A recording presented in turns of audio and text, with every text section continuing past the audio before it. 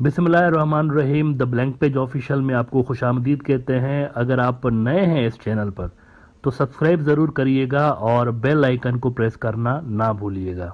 मित्रों, बॉलीवुड की फिल्में, बॉलीवुड के गाने मतलब इंडिया में नहीं, सिर्फ इंडिया से बाहर भी मशहूर हैं और ये इंडिया का सॉफ्ट पावर हुआ करता था। आजकल तो खैर डिक्लाइन में है क्योंकि ये थोड़ा सा कंट्रोवर्शियल हो गया है। बॉलीवुड के अंदर से कचरा फिल्में बाहर आ रही हैं। मिसाल के तौर पर केरला स्टोरी, कश्मीर फाइल्स और आजकल एक और भी सुनने में आ रहा है 72 हो रहे हैं और इस तरह की फिल्में, कचरा फिल्में, डस्टबिन में डालने वाली, वो बाहर आ रही हैं। तो सॉफ्ट पावर इंडिया का डिक्लाइन हो रहा है। ये जो इंडिया का सॉफ्ट पावर है ना, ये जो इंडिया का प्लेटफॉर्म था, इंडिया से बाहर भी मशहूर था। आपको ये जानकर हैरत होगी कि आज भी मिडल ईस्ट के अंदर अरबी ज़बान में डबिंग होके इंडिया के टीवी चैनल्स चल रहे होते हैं और ये इंडियन टीवी चैनल्स ने वहाँ पर मार्केट बनाई हुई है। बहुत सारे मुल्कों के अंदर ये अवेलेबल होते हैं। इजिप्ट के अंदर दोस्तों के साथ उस दिन बात हो रही थी इजिप्ट से, तो वो बता रहे थे कि उनकी तरफ भी इंडियन जो मूवी चैनल्स हैं वो डबिंग में चल रहे होते हैं। तो यहाँ तक रीच फैली हुई है इनकी, बॉलीवुड वालों की। लेकिन एज आई सेड, ये पुराने वालों की मेहनत हुई पड़ी है। आजकल तो कंट्रोवर्शियल हो गए हैं ना, तो वो बहुत ज़्यादा अनपॉपुलर भी होते जा रहे हैं जिस तरीके का कंटेंट वो प्रोड्यूस कर रहे होते हैं। अच्छा, बॉलीवुड की बात क्यों कर रहा हूँ? क्योंकि एक आपको दिलचस्प किस्सा सुनाना है इंडिया और इजराइल के हवाले से।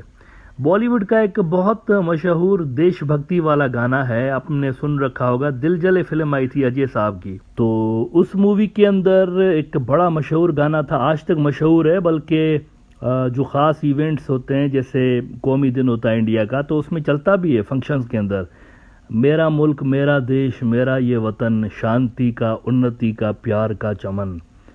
लेकिन आपको ये जानकर हैरत होगी कि ये जो गाना है ना, ये इजरायली नेशनल एंथम से कॉपी किया था अनु मलिक साहब ने। म्यूजिक डायरेक्टर्स के अनु मलिक हैं, तो उन्होंने इजरायली नेशनल एंथम को भी नहीं छोड़ा। वो कॉपी करने में वैसे ही मशहूर हैं, तो इजरायली नेशनल एंथम को कॉपी करके गाना बना दिया उन्होंने। तो इंडियन देशभक्ति के अंदर भी इजरायली तड़का, ये देखकर मुझे हैरत हुई। जब मुझे पता चला, थोड़ी सी इस पर रिसर्च की, तो इंडियन देशभक्ति के ऊपर इजरायली तड़का डाला हुआ है। बहुत सारे और भी ऐसे इंडिया के जो कौमी गाने हैं वो इजरायली गानों से या इजरायली जो ट्यून्स हैं उन पर से कॉपी किए हुए हैं। बहरहाल मित्रों, ये तो खैर इंडिया और इजराइल के दरमियान चीज़ें चलती रहती हैं। लेकिन एक बड़ी इंटरेस्टिंग खबर ये आ रही है कि इजरायली एक वर्जन है मार्शल आर्ट्स का, जिसको कहते हैं क्रव मागा। अब क्रव मागा एक मार्शल आर्ट्स की किस्म है असल में, जो कि सिर्फ इजराइल में पाई जाती थी पहले, लेकिन अब आहिस्ता आहिस्ता ये ग्रो कर रही है। इंडिया ने इजराइल को कहा हुआ है कि पार्टनर, क्रव मागा ज़रा हमारे फौजियों को तो सिखा दो यार। ये जो हमारी इंडो तिब्बतन बॉर्डर पुलिस है ख़ास तौर पर, इनको क्रव मागा तो सिखा दो। तो इजरायलियों ने कहा कि आपको क्रव मागा सीखने की क्या ज़रूरत है। तो इधर से इन्होंने कहा कि वो 2020 में जो हमारा स्टैंड ऑफ हुआ था ना चाइना से, तो चाइनीज़ तो बहुत ही एक्सपर्ट है मार्शल आर्ट्स के। वो चाइनीज़ मार्शल आर्ट्स तो दुनिया जानती है उनको, कि वो ज़बरदस्त किस्म के उनके कुंग-फू फाइटर्स और ये सारे। तो इन्होंने कहा हमारे वाले देसी हैं, थोड़े से कबड्डी खेल रहे होते हैं, और हमारे वालों अनफिट किस्म के सोल्जर्स हैं, वो मार वार खा के आ गए उस दिन। अब हम चाहते हैं दोबारा इस तरह की सिचुएशन पैदा ना हो, इसीलिए आप क्रव मागा सिखाएं उनको। ऐसी अनोखी किस्म की आप उनको टेक्निक्स सिखाएं जिनका चाइनीज़ को पता ही ना हो, ताकि हमारे वाले नेक्स्ट टाइम जब भी हमारी लड़ाई हो ना, तो हम पीटें उनको, वो हमें ना पीटें, हम उनको पीटें। तो ये एक ऑफिशियल डिमांड इंडिया की जानिब से गई है और क्रव मागा इंडिया की फौज सीख रही है। द इकोनॉमिक टाइम्स ने रिपोर्ट किया हुआ है कि Indian forces being trained in Krav Maga to deal with China's PLA during border patrol. और इसमें वो कह रहे हैं कि Indian security forces are being trained in Israel Krav Maga to counter China's People's Liberation Army during patrolling along the line of actual control. The first batch, comprising 50 instructors, are being trained at the ITBP Training Academy in Panchkula. The Indian Army, along with the Indo-Tibetan Border Police, patrol the LAC and witness regular face-offs with the PLA, leading to skirmishes. जब भी हमारी इनके साथ Chinese के साथ, तो ये हमेशा हमें फेंटी लगाते हैं। इसीलिए क्रव मागा सिखाएं हमें, ताकि अब की बारी हम फेंटी ना खाएं, हम उनको फेंटी लगाएं। तो ये एक बड़ी दिलचस्प सूरत हाल है कि इजराइल को उन्होंने कहा हुआ है, अप्रोच किया हुआ है, चाहे 50 लोग इनके सीखेंगे और ये आगे 500, 1000, 2000 लोगों को ये सिखाएंगे और फिर वो आगे उनमें से कुछ और को भी सिखाएंगे। थोड़ा सा बॉलीवुड का टच जो है वो इंडियन स्टाइल फाइटिंग आपने देखी होगी, वो भी इसमें मिक्स करेंगे क्रव मागा में, क्योंकि ये फ्री स्टाइल मार्शल आर्ट्स होता है। ये मिक्सचर है, असल में मिक्सचर है। इसके अंदर जूडो, कराटे, बॉक्सिंग, रेसलिंग, एकिडो, ये सारा इसके अंदर आ जाता है। मिक्सचर है एक तरह का ना।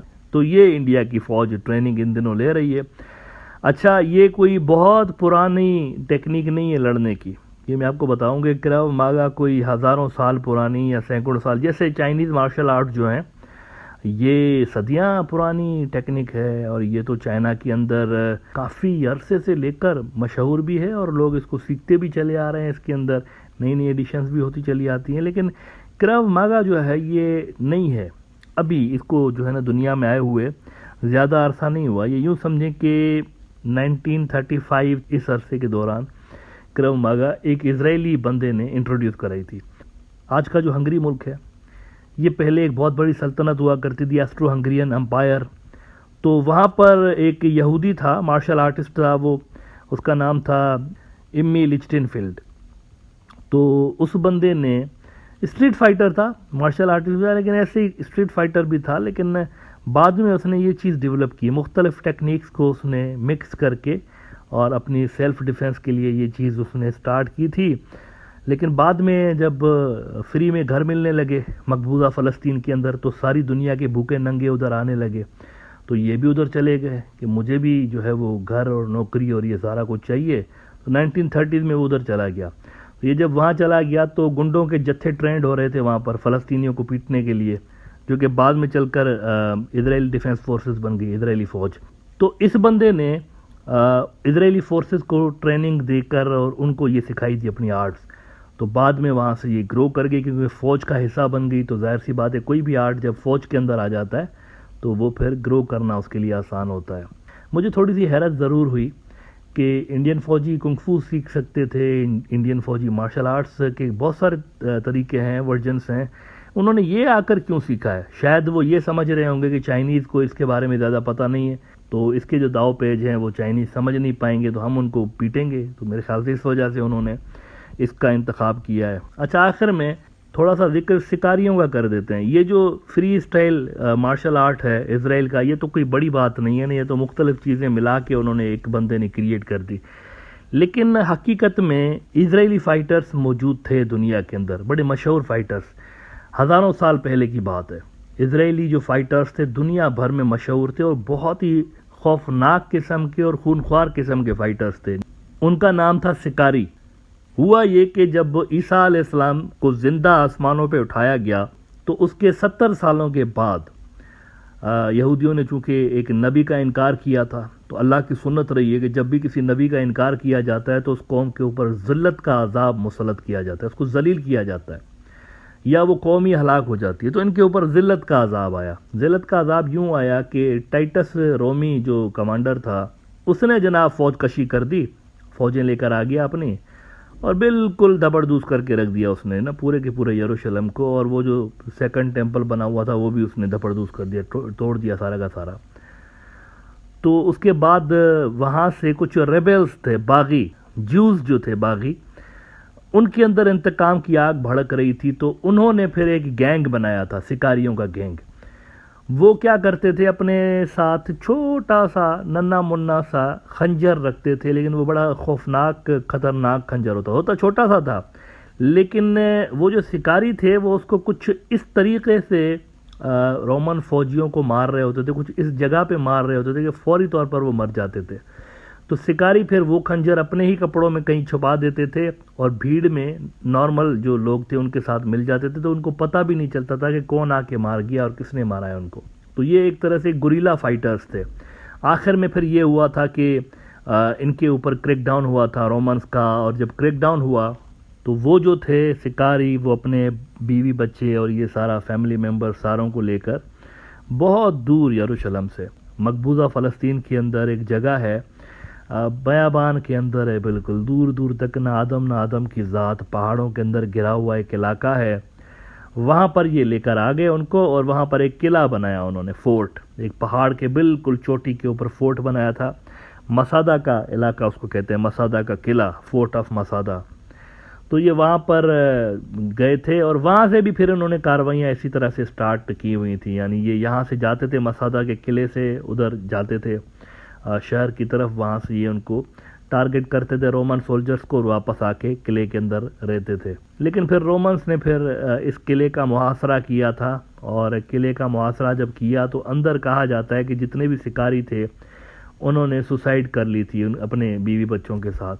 बड़ी मशहूर हिस्टोरिकल जगह, ये उस जगह की तस्वीर है। यहाँ पर आज भी बड़ी तादाद में हिस्टोरियंस और ये जो आम पब्लिक भी इवन जो है वो जाते हैं और घूमते हैं यहाँ पर और इस जगह की हिस्ट्री को जानने की कोशिश करते हैं। तो ये यहूदियों की हिस्ट्री में बड़े जो तगड़े फाइटर्स रहे हैं ना, उनमें से एक आपको ये मिलते हैं। लेकिन क्राव मागा जो ये इंडियन आर्मी सीख रही है, ये नए किस्म का आर्ट है। अब देखते हैं वो चाइनीज़ से इनको किस हद तक बचाने में कामयाब होता है क्रव मागा। अगली बार जब भी झड़प होगी तो देखते हैं क्रव मागा ने कुछ काम दिखाया है इंडियन आर्मी के लिए या नहीं दिखाया।